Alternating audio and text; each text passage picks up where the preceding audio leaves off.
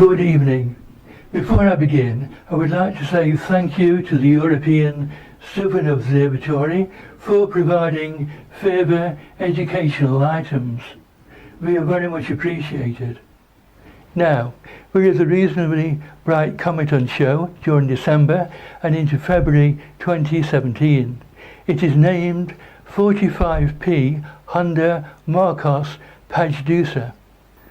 The sky chart here shows the daily movement of the comet. Through the end of 2016, the comet is in the evening sky and sits towards the centre of the Milky Way galaxy in Sagittarius. Then perihelion occurs on the 31st of December, when it is too close to the Sun to be seen. The comet reappears in the morning sky from early January 2017. The sky chart shows the expected magnitude of Honda Marcos Pagdusa, as the comet is expected to brighten to magnitude 7 and will fade to magnitude 8 for a while, when it will be nicely visible in a pair of binoculars. For those of you interested in astrophotography, there are photo opportunities on December the 14th, when the comet passes near Messier 75. On January the 22nd, it is near NGC 7009, Messier 72 and Messier 73. And on February the 16th, it makes a wide pass near Messier 3. And of course, there is always the possibility that 49P will brighten unexpectedly, so do keep watching this comet while you are able to. Now, look up into the southern part of the sky on any clear evening during winter or early spring, and you cannot fail to notice Orion, the mighty hunter. Its 7 main stars make up a distinctive pattern, and 2 of them are particularly bright. Betelgeuse in the upper left is orange-red. The even more brilliant Rigel to the lower right is pure white in colour. In mythology, Orion was a famous hunter, and there are many legends about him. One of them concerns the Pleiades, daughters of a giant Atlas. When the beautiful girls were walking innocently in a wood, Orion saw them and gave chase. Since it was fairly obvious that his intentions were anything but honourable, the Olympians decided to intervene, changing the girls into stars and swinging them up into the sky where you can still see them. Then too, we have the legend of how Orion boasted that he could hunt and kill any creature on earth, but he had forgotten about the scorpion, which crawled out of a hole in the ground, stung him in the heel, and caused his death. The gods restored him to life and placed Orion in the sky, but in all fairness, they also elevated the scorpion to celestial rank, putting it as far away from Orion as possible so that there could be no more unpleasantness. Scorpio is a magnificent constellation, but by the time it rises over England and Ireland, Orion is set, so that they can never be above the horizon at the same time. Of the 2 brightest stars in Orion, Betelgeuse is a red giant star. It is believed to be 1,000 times the size of our Sun, so assuming Betelgeuse to be occupying the place of the Sun, its photosphere may extend to the orbit of Jupiter. We know it to be well advanced in its evolution and to have used up its original hydrogen fuel, so that it is shining by a process quite different from that of our own Sun and other stars which are no more than middle-aged. Like many red giants, Betelgeuse is variable. It is an unstable star, and though the changes in brightness are slow, they are quite noticeable. At times, Betelgeuse may be a little brighter than Aldebaran, the orange star in the nearby constellation of Taurus, the bull. At other times, it is not much inferior to Rigel. Rigel is quite different. It is a true celestial searchlight, not as large as Betelgeuse, but a great deal more luminous. It is equal to about 200,000 suns put together, and its surface is white hot. The other main stars in Orion are also very hot and powerful. Indeed, one of them, Saiph, to the lower left of the pattern, is nearly as luminous as Rigel, though it is further away, and so appearing less conspicuous. Orion is visible from every inhabited continent because it is cut in two by the celestial equator. The equatorial line passes close to Mintaka, the top star of the three which make up the Hunter's Belt, so that Betelgeuse is in the northern hemisphere of the sky and Rigel is in the southern. Orion is so distinctive that it may be mistaken for a genuine association of stars. However, these 7 bright stars are not neighbours. They lie at very different distances from the Earth, and the pattern we see is no more than a line of sight effect. According to the new Gaia spacecraft catalogue, Betelgeuse is 494 light-years from us, Betelgeuse is about 293, Rigel 858, and Saiph is over 652 light-years. The most distant star of Orion lies in the Hunter's Belt. El-Nilam is over 2,000 light-years away. A light-year is the distance travelled by a ray of light in 1 year. Since light moves at 186,000 miles a second, a light year is equal to rather less than 6 million miles. In fact, Saiph is further away from Betelgeuse than we are.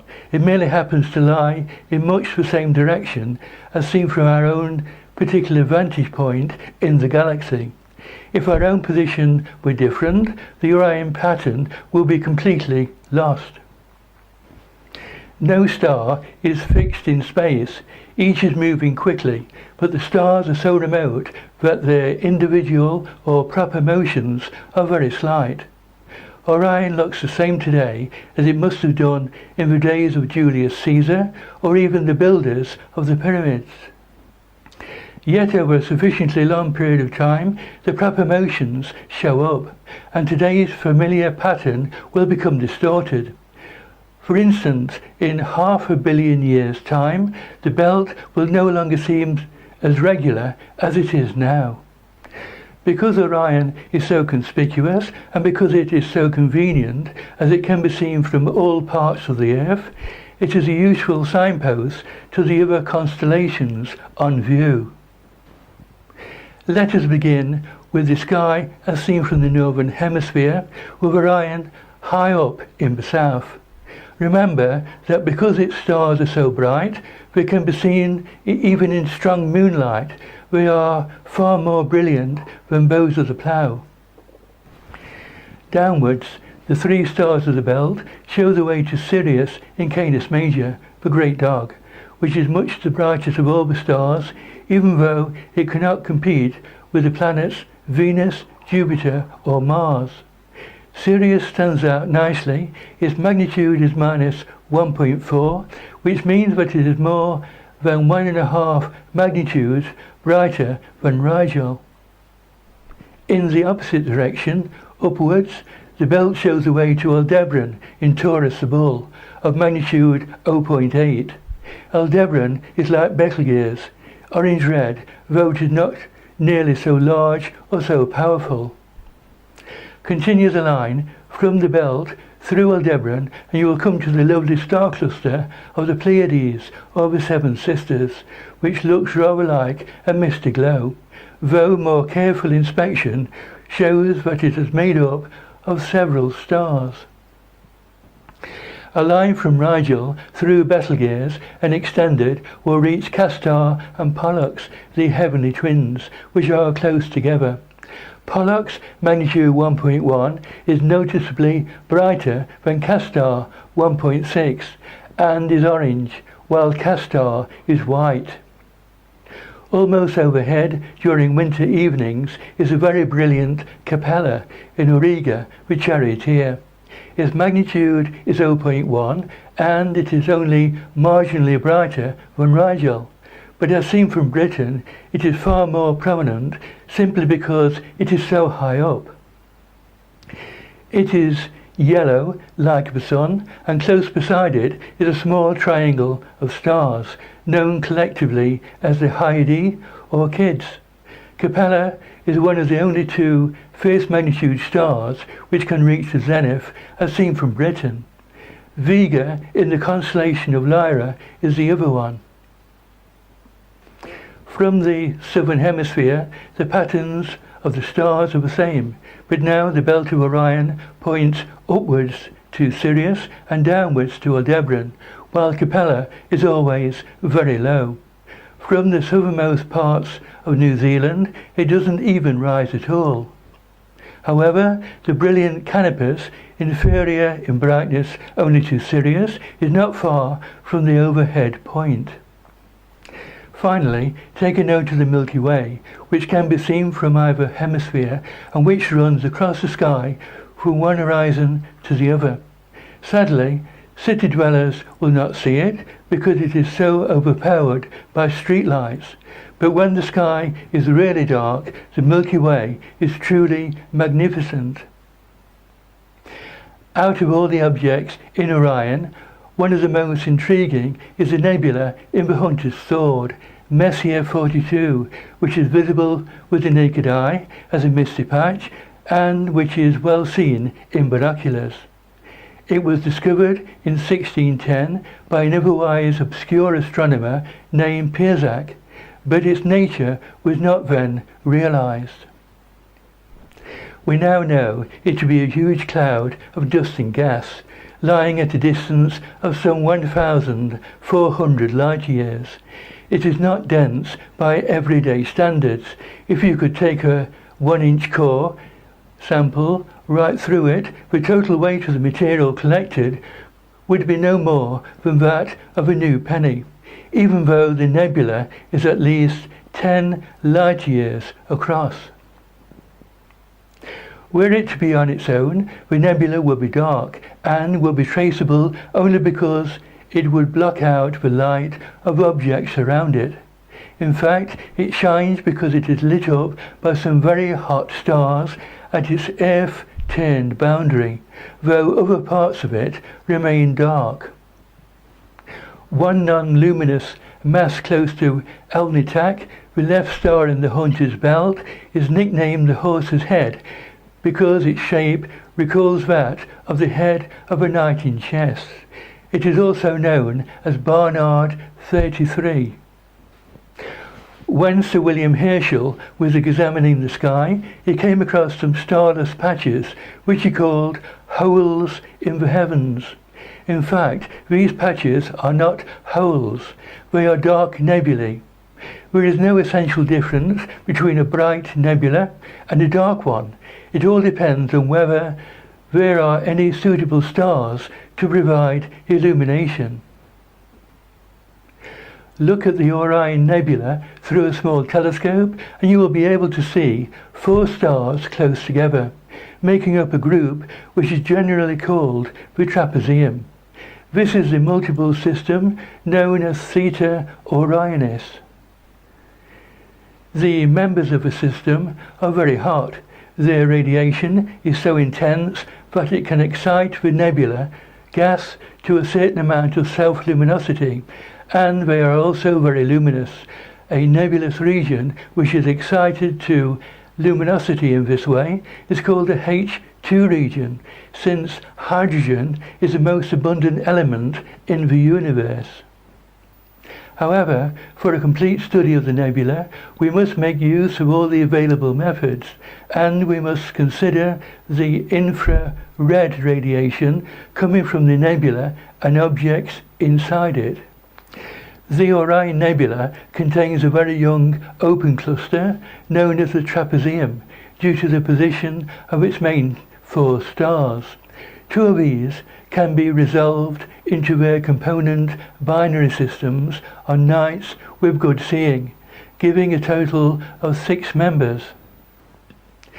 The stars of the trapezium, along with many other stars, are still in their early years.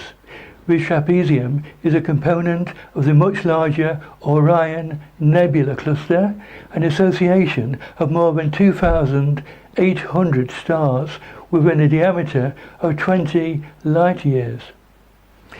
2 million years ago, this cluster may have been the home of the runaway stars A.E. Auriga, 53 Auritis, and Mu Columba, which are currently moving away from the nebula at velocities greater than 60 miles a second.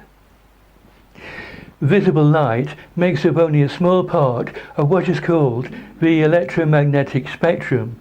Violet light has the shortest wavelength, red the longest. Radiation whose wavelength is either shorter than that of violet or longer than that of red does not affect our eyes, yet it can be detected with suitable instruments. Infrared studies have shown that deep inside the Orion Nebula there is a powerful source which cannot be seen visually, because its ordinary light is blocked by the dust. The source is known as Becklin's object, in honor of its discoverer, and astronomers have come to realize that it is very special. There are 2 theories as to its character. It may be a very young star, still condensing out of the nebula material, in which case it is not yet hot enough to send out visible light and radiates only in the infrared. On the other hand, it may be an extremely powerful star, perhaps 1 million times as luminous as our Sun, and is simply hidden from view. In this case then, if we could see it unscreened, it would shine at least as brightly as Rigel, and probably more so. Yet we are never likely to be able to see it. Its energy will have been spent long before it has been able to blow a hole in the dust and gas that surrounds it. The region around Messier 42 is a stellar nursery, and one in which we have a bird's eye view. Because of our perspective, we can hope to understand both the individual and group properties of its population. This cluster of about 2,000 stars sits on the front of a giant molecular cloud and dust and gas.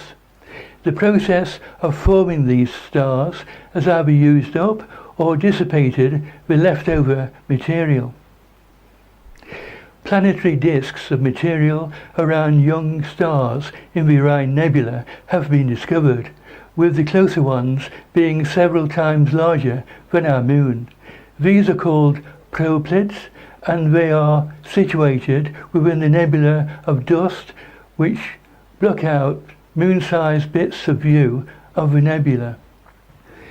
A detailed study of the distribution of these stars show that star formation slowly began about 4 million years ago. Since then, the rate at which stars formed steadily increased, reaching a peak about 300,000 years ago. In contrast to the 10 billion year old age of the Milky Way galaxy, all these stars were formed just yesterday. The number of stars per unit volume increases dramatically as one nears the trapezium, where the density becomes 20,000 times that of stars in the Sun's neighbourhood. A star in the core of the Orion Nebula is only 7 miles from its nearest neighbour. The average age of the stars decrease as you approach the centre of Messier 42, which indicates that the gas from which the stars formed is becoming more compressed with time. It is therefore not surprising that the most massive stars are found in the very centre of the nebula. Since massive protostars collapse very rapidly, this indicates that either the conditions to form them occurred quite late, or that it takes a longer period to collect enough material to form them. Most stars are lower in mass than our Sun, and massive stars are quite rare. It is difficult to determine the distribution of the lowest mass stars in the Orion Nebula, where the stars are essentially very faint. Messier 42 is a particularly good place for resolving this problem. There are few unrelated foreground stars between us and the Orion Nebula. Almost all the stars we see in this direction belong to the cluster. All of their energy comes from gravitational contraction, except for a brief period in which they burn their small supply of deuterium. The majority of all known brown dwarfs can be found in the Orion Nebula. This is not because they are so numerous, it is because they are easiest to identify. Below 1.3% of solar mass, even deuterium is not burnt, and such an object can be called a planet. A careful examination of the coolest objects in the Orion Nebula indicate that there are about 10 planet-sized bodies unattached to an ordinary star. So far, we have been talking about the Orion Nebula, its stars, proplyds, shocks, and associated population. This certainly is the most important region of young star formation in Orion, although it is not the only one. Lying within the dark confines of the background Orion molecular cloud are two more groups of young stars. They are impossible to see in visual light because they are located behind the concentrated wall of dust and gas that lies immediately beyond the bright surface of the Orion Nebula. However, when you use infrared light, you can see what's there. In the infrared, red depicts emission by molecular hydrogen. This material is so fragile that it can be broken apart easily by radiation, so that it must lie inside the dark molecular cloud. The green component of the image is emission from iron ions, of a type that can exist in the layer immediately behind the Orion Nebula and still within the cloud. Now, going back to the region known as Becklin's object, it receives its name from the two most intense infrared sources lying at the centre. Eric Becklin, Jerry Nugber, Douglas Kleinman, and Frank Lowe, after which the region is named, were all pioneers in the study of infrared astronomy. A close examination shows that to the north of the Becklin's object there are a number of red features, like fingers on a hand, and at the end of these fingers there are bright green tips. Time-lapse imaging with the Hubble Space Telescope over a period of 6 years has shown that these are expanding away from Becklin's object at velocities of up to 300 miles a second. If one calculates backwards in time, all of the moving fingers seem to have arisen from the Becklin's object region about 900 years ago. We don't know exactly what is causing them. They could be the result of a gaseous wind coming off a hot star in the middle of the Becklin object region, or they could be a host of bullets fired off simultaneously as a group of young stars was formed. The Orion Nebula is simply the most visible portion of a fantastic region of star formation. The associated cluster of stars is so rich that it contains really hot stars. Since hot stars emit most of their energy in the ultraviolet, this means that the nearby gas efficiently converts the invisible ultraviolet energy into optical light, which we see as Messier 42. The Theta Orionis cluster contains members of all possible masses, including large numbers of brown dwarfs that have only enough fuel to shine for a brief period of time, and even planet-sized brown dwarfs, which are objects so small that they will never become stars. As if this was not enough, there are two additional regions of clustered stars in the formation. There is one to the northwest of the trapezium, which seems to be the source of a general outflow of material, and the other lies just under the surface of the nebula to the southwest, producing beams of high-velocity gas that break out into the Orion Nebula and form spectacular shocks in the colourful dust clouds. We seem to be lucky in our timing, because the nebula was probably not this spectacular in the past and won't be in the distant future. All in all, the situation is rather tantalizing. The Great Nebula contains objects of surprising interest that are forever hidden from us. Fortunately, modern techniques have at least enabled us to locate the objects, and eventually we may find out for certain what they actually are. The Milky Way flows near Orion, and the whole region is very rich. So by sweeping around with binoculars is a rewarding pastime. In every way, Orion is worth studying, and during any winter evening you will be able to go outdoors and look at the celestial hunter with his brilliant leaders, his gleaming belt and misty sword. That brings us to the end of another program. Thank you for watching. At the close of the program, you can see again all of the images that appear in this month's show, and additional photos of all the deep sky objects on view this winter season. The accompanying music is called Halley's Comet, which was composed by the late Sir Patrick Moore and is played by the Scottish National Orchestra. And by the way, Patrick Moore's Yearbook of Astronomy has been saved. Brian Jones and myself have found a new publisher, and the book will be published in the first half of 2017.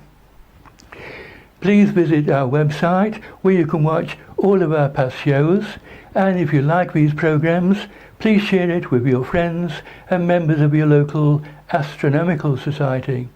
Until we come back next month, may I wish you all a very happy Christmas and a happy and peaceful New Year. Good evening.